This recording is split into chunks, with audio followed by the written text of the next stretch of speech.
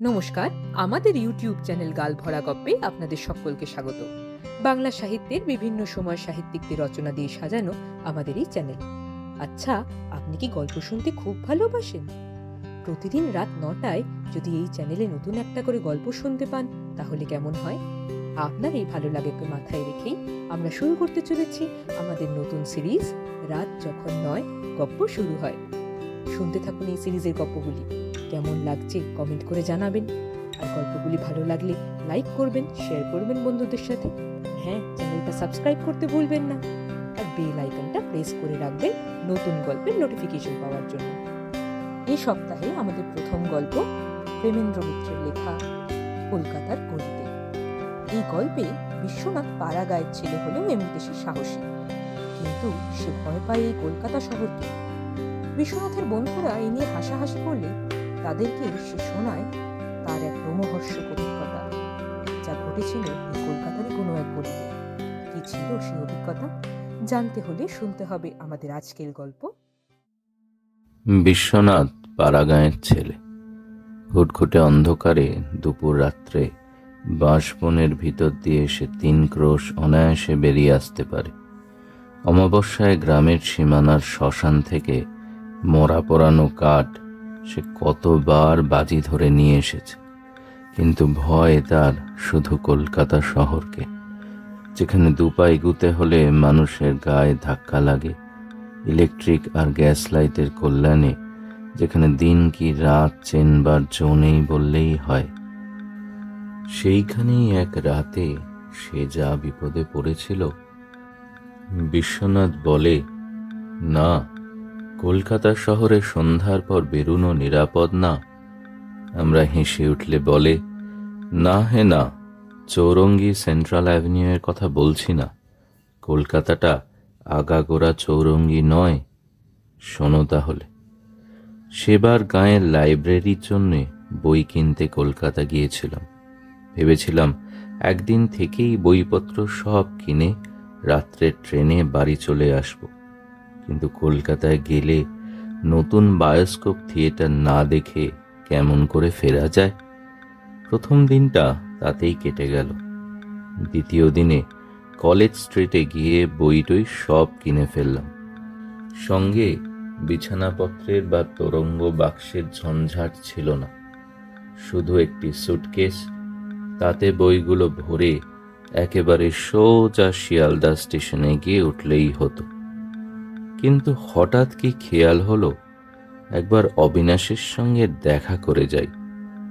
অবিনাশ আমাদের গ্রামের ছেলে, স্কুলে আমার সঙ্গেই পড়াশুনো করেছে, কলেজেও কয়েক বছর আমরা একসঙ্গেই পড়েছিলাম।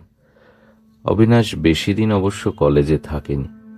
অত্যন্ত খেয়ালি ছেলে, কোনো কাজে বেশি দিন লেগে থাকবার মতো ধৈর্য তার ছিল না।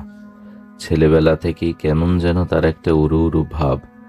বাড়ি থেকে যে কতবার সে ছেলেবেলায় পালিয়ে গেছে তার ঠিক ঠিকানা নেই। বড় হয়েও তার সে স্বভাব কাটেনি। কথা নেই, বার্তা নেই। হঠাৎ একদিন হয়তো আমরা শুনলাম অবিনাশ হেঁটে সেতুবন্ধ যাওয়ার জন্য বেরিয়ে পড়েছে। তারপর হয়তো 2 মাস তার দেখাই নেই। আমরা কোনো রকমে প্রক্সি দিয়ে হয়তো সেবার তার কলেজের খাতায় কামাইয়ের সংখ্যা কমিয়ে রাখলাম, কিন্তু এমন করে কতদিন রাখা যায়?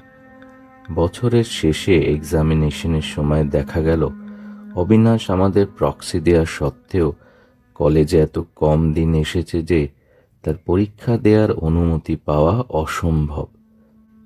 আমরা দুঃখিত হলাম। ছেলেটা এত আমোদে মিশুকে ছিল যে আমরা সবাই তাকে ভালোবাসতাম, কিন্তু অবিনাশের যেন বেশ ফুর্তিই হলো। বললে, তবে আর কি ভাই, বর্মাটা একবার ঘুরে আসি। তারপর অবিনাশের আর দেখা নেই। আমাদের চেয়ে তার ধাতই ছিল আলাদা।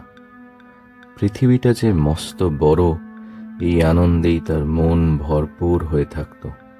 পৃথিবীর এই বিশালতাকে দেশে দেশে নতুন পথে ঘুরে ঘুরে উপভোগ করে তার আশা আর মিটতে চাইত না। যেসব দেশ সে এখনো দেখেনি, তার আকর্ষণের কথা সে মাঝে মাঝে এমন তন্ময় হয়ে বলতো যে আমাদেরও কখনো কখনো মোহ ধরে যেত।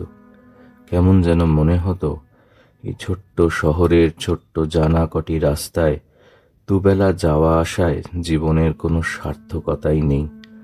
পথ যেখানে অফুরন্ত, আকাশের যেখানে কুলকিনারা নেই, এমন জায়গায় বড় করে বুক ভরে নিঃশ্বাস নিতে না পারলে যেন বাঁচাটাই বৃথা। কিন্তু আমাদের এই ক্ষণিক মোহ অবশেষে খানিক বাদেই কেটে যেত। কিন্তু অবিনাশের এই মোহই ছিল সব। মাস তিনেক আগে আমার গ্রামের ঠিকানায় এই অবিনাশের একটা চিঠি পেয়েছিলাম। বহুদিন বাদে একটা গলির ঠিকানা দিয়ে লিখেছিল সে। অনেক জায়গা ঘুরে ফিরে এসে কলকাতায় এই ঠিকানায় আপাতত আছে। আমি এসে তার সঙ্গে যেন দেখা করি। এতদিন বাদে তাকে সেই ঠিকানায় পাওয়া হয়তো যাবে না জেনেও একবার যেতে ইচ্ছে হলো। বাড়ির নম্বরটা ভুলে গিয়েছিলাম, কিন্তু গলিটা মনে ছিল। ভাবলাম কলেজ স্ট্রিট থেকে বেশি দূর হয়তো হবে না, ট্রেনেরও এখন দেরি আছে, একবার দেখা করেই যাই, যদি তাকে পাওয়া যায়। একটু খোঁজাখুঁজির পর একটা গলি রাস্তায় ঢুকে একজনাকে জিজ্ঞাসা করে জানলাম আর একটু গেলেই অবিনাশ যে গলিতে থাকে তা পাওয়া যাবে। রাত তখন বেশি নয়, বড় জোর 8টা হবে। কিন্তু গলি দিয়ে খানিক দূর হেঁটেই একটু আশ্চর্য হয়ে গেলাম। গলি হোক আর যাই হোক, কলকাতার পথ তো বটে, অথচ এই 8টা রাত্রে সেখানে একটি জনপ্রাণীও নেই। ভেবেছিলাম খানিক দূর গিয়ে আবার কাউকে পথ জিজ্ঞাসা করব, কিন্তু লোক কোথায়? তাছাড়া গলিটাও যেন ফুরোতে চাইছে না। একবার সন্দেহ হলো হয়তো ভুল পথে এসেছি, কিন্তু যে লোকটা আমায় খবর দিয়েছে আমায় ভুল পথ দেখিয়ে তার কি লাভ? নির্জন রাস্তায় চুরি ডাকাতি? কিন্তু আমার কাছে কি এমন 1,50,000 টাকা আছে যে চোরেদের ষড়যন্ত্র করতে হবে? আমার সাজ পোশাক দেখে বড় লোক বলে ভুল করবার কোনো সম্ভাবনা নেই। তবে আরো খানিকটা এমনি করে এগিয়ে গেলাম। পথ তেমনই নির্জন। বাতিগুলো কি এ পথের মিটমিটে হতে হয়? একে গ্যাস পোস্টগুলো অত্যন্ত দূরে দূরে, তার উপরে কি কারণে জানি না আলো তাদের এত ক্ষীণ যে রাস্তায় আলো হওয়া দূরের কথা, সেগুলো যে জ্বলছে তাই বুঝতে বেশ কষ্ট হয়। খাস কলকাতার ভেতর এমন রাস্তা আছে কে জানতো? দুপাশের বাড়িগুলো যেন মান্ধাতা আমলের তৈরি। কোনো রকমে হাড় বেরোনো ইটকাঠের জীর্ণ দেয়ালগুলো দাঁড়িয়ে রয়েছে। না আছে কোনো বাড়িতে একটা আলো, না জনমানুষের একটু শব্দ। সে রাস্তার পাশে সারের পর সার পুরো বাড়ির মতো সব খাঁ খাঁ করছে। ক্রমশ মনে হলো একটা কেমন যেন ভ্যাপসা গন্ধ নাকে আসছে। বহুদিন আলো বাতাস যেখানে ঢোকেনি, মানুষের বাস যেখানে বহুদিন ধরে নেই, এমনি ঘরে ঢুকলে যেমন গন্ধ পাওয়া যায়, গলিটায় ঠিক সেই রকম একটা গন্ধ পাচ্ছিলাম। লোকটা বলেছিল কিছু দূর গেলেই ডাইনে গলি পাওয়া যাবে, কিন্তু জনমানুষহীন জীর্ণ বাড়ির সারের ভেতর ডাইনে বাঁয়ে কোথাও কোনো পথ নেই। সামনের পথও খানিক দূর গিয়ে দেখলাম বন্ধ। যে পথে ঢুকেছি গলিটার ওই একটি মাত্রই পথ, তাহলে বেরোনোর রাস্তা? আশ্চর্য ব্যাপার, লোকটা মিছিমিছি আমাকে ভুল পথ দেখালো কেন? সেখান থেকে ফিরলাম। গলিটা যেন আরো অন্ধকার মনে হচ্ছিল। এতক্ষণ যে গ্যাসগুলো মিটমিট করে জ্বলছিল তারই কটা একেবারে নিভে গেছে দেখলাম। মনে হলো এ গলি থেকে বেরুতে পারলে বাঁচি। ভীতু আমি নই, কিন্তু কলকাতা শহরের ভেতর এমন অভাবনীয় ব্যাপার দেখে গাটা কেমন ছমছম করছিল। সবে তো প্রথম রাত। কলকাতা শহরের সমস্ত রাস্তা এখন লোকজনে গাড়ি ঘোড়ায় মানুষের শব্দে গম গম করছে, অথচ এই পথটা কেমন করে এখন নির্জন নিস্তব্ধ হয়ে গেল। মনে হলো আমি যেন বহুকালের প্রাচীন একটা শহরে এসে পড়েছি। সে শহরের লোকজন বহুকাল আগে বাড়ি ঘর ছেড়ে পালিয়ে গেছে।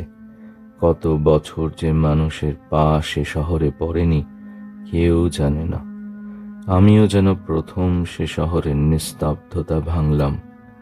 খট খট খট। আমার নিজের পায়ের শব্দ অদ্ভুতভাবে নির্জন অন্ধকার বাড়িগুলোর দেওয়ালে প্রতিধ্বনিত হচ্ছিল। আমার চোখের ওপরেই কটা রাস্তার বাতি দপদপ করে নিভে গেল। ভ্যাপসা গন্ধটা ক্রমশ যেন বেড়ে গিয়ে অসহ্য মনে হচ্ছিল। না, এ গলি থেকে যত তাড়াতাড়ি বেরিয়ে পড়তে পারি ততই মঙ্গল। কাজ নেই আর অবিনাশের খোঁজ করে, পরে একদিন আবার আসলেই হবে। খানিক দূর গিয়ে স্তম্ভিত হয়ে দাঁড়িয়ে পড়লাম। এদিকেও গলির পথ যে বন্ধ, কিন্তু তা কেমন করে হতে পারে? আমি একটা পথে যে গলিতে ঢুকেছি এ বিষয়ে তো কোনো সন্দেহ নেই। এ গলি দিয়ে এগুবার সময় আশেপাশে কোনো পথই দেখতে পাইনি। তাহলে গলির দুমুখ বন্ধ কেমন করে হয়?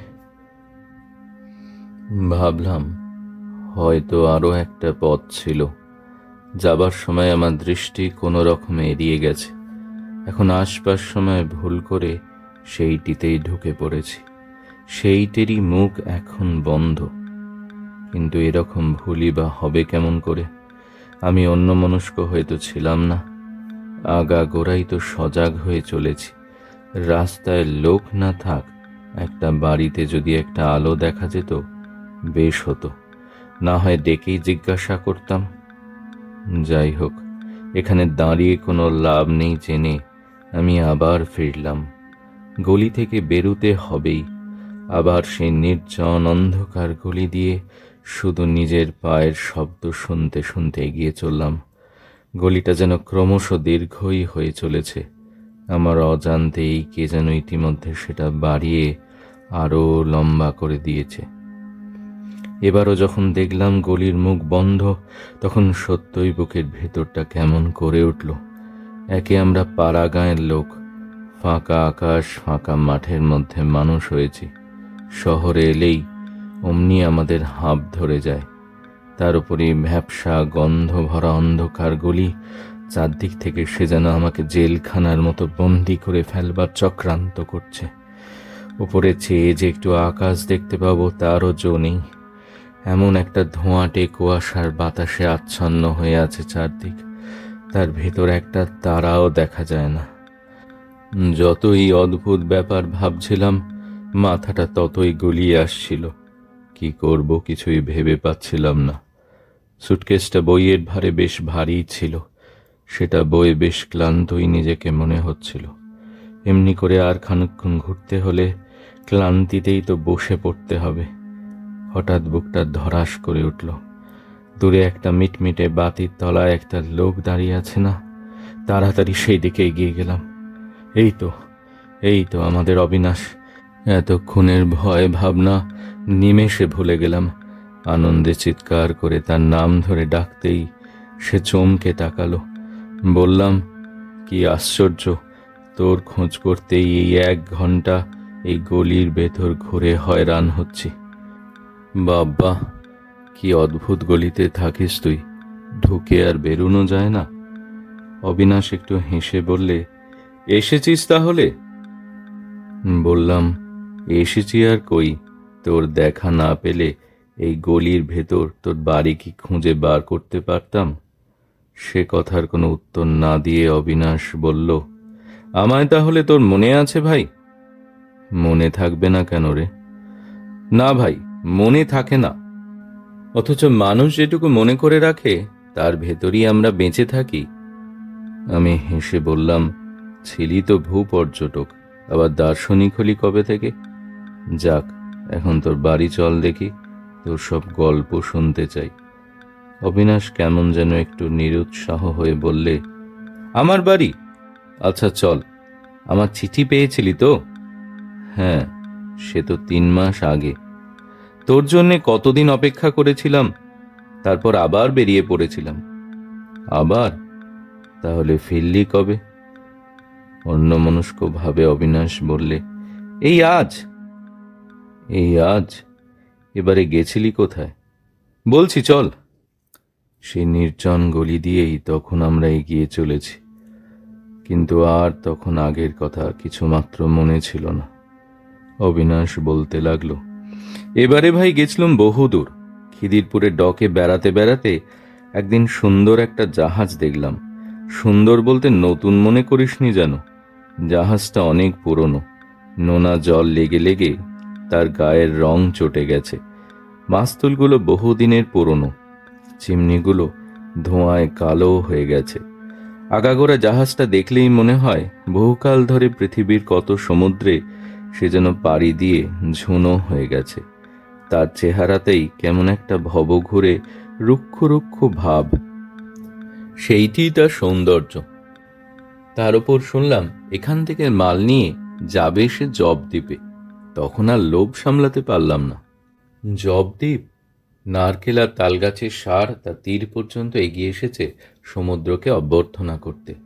বাতাস আর জঙ্গলের মশলা গাছের গন্ধ, তার উপর গভীর বনের মাঝে তার বোরাবুদুর। একেবারে মেতে উঠলাম। যেমন করেই হোক যেতেই হবে জাহাজে। জাহাজের ভাড়া দেবার পয়সা নেই। অনেক কষ্টে জাহাজের হেড খালাসিকে খোঁজ করে তার সঙ্গে ভাব করে তাকে কিছু ঘুষ দিয়ে লুকিয়ে যাবার বন্দোবস্ত করলাম। জাহাজের একধারে বিপদের সময় ব্যবহার করার জন্য ছোট ছোট তেরপল ঢাকা বোট টাঙানো থাকে। ঠিক হলো তারই একটির ভিতর আমি থাকব, কেউ তাহলে টের পাবে না। খালাসি কোনো এক সময় লুকিয়ে এসে আমার খাবার দিয়ে যাবে। গভীর রাতে জাহাজে চড়ে সেই বোটের ভিতরে গিয়ে হেড খালাসির নির্দেশ মতো লুকিয়ে রইলাম। ভোর হওয়ার আগে জাহাজ ছেড়ে দিল। তারপর কদিন কি অদ্ভুতভাবেই না কাটিয়েছি।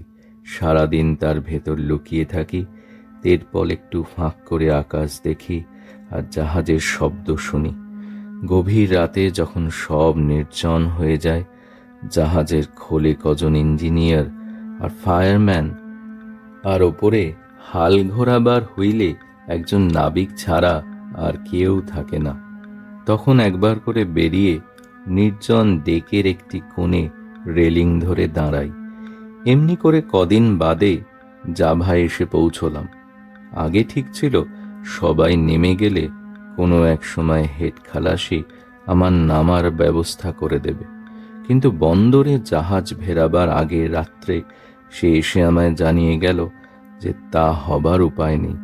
এখানে মাল নামানো হলেই জাহাজটাকে শটান ড্রাই ডকে রং করবার জন্য পাঠানো হবে, তেমনটাই ঠিক আছে। সুতরাং সেভাবে নামা যাবে না। তাহলে উপায়? খালাসি বললে, উপায় আছে। সবাই যখন জাহাজ ভেরাবার সময় সেই কাজে ব্যস্ত থাকবে, তখন যদি আমি জাহাজ থেকে জলে পড়ে একটুখানি সাঁতরে যেতে পারি তাহলেই হয়। তাতেই রাজি হলাম। জাহাজ জেটিতে লাগবার আয়োজন চলছে। এমন সময় সন্তর্পণে আমি বোটের ঢাকনি সরিয়ে নেমে পড়লাম। পুঁটলিটা আমার পিঠে বাঁধাই ছিল। রেলিংয়ের ধারে গিয়ে জেটির উল্টো দিকে ঝাঁপ দিতে আর কতক্ষণ, কেউ দেখতেও পেল না।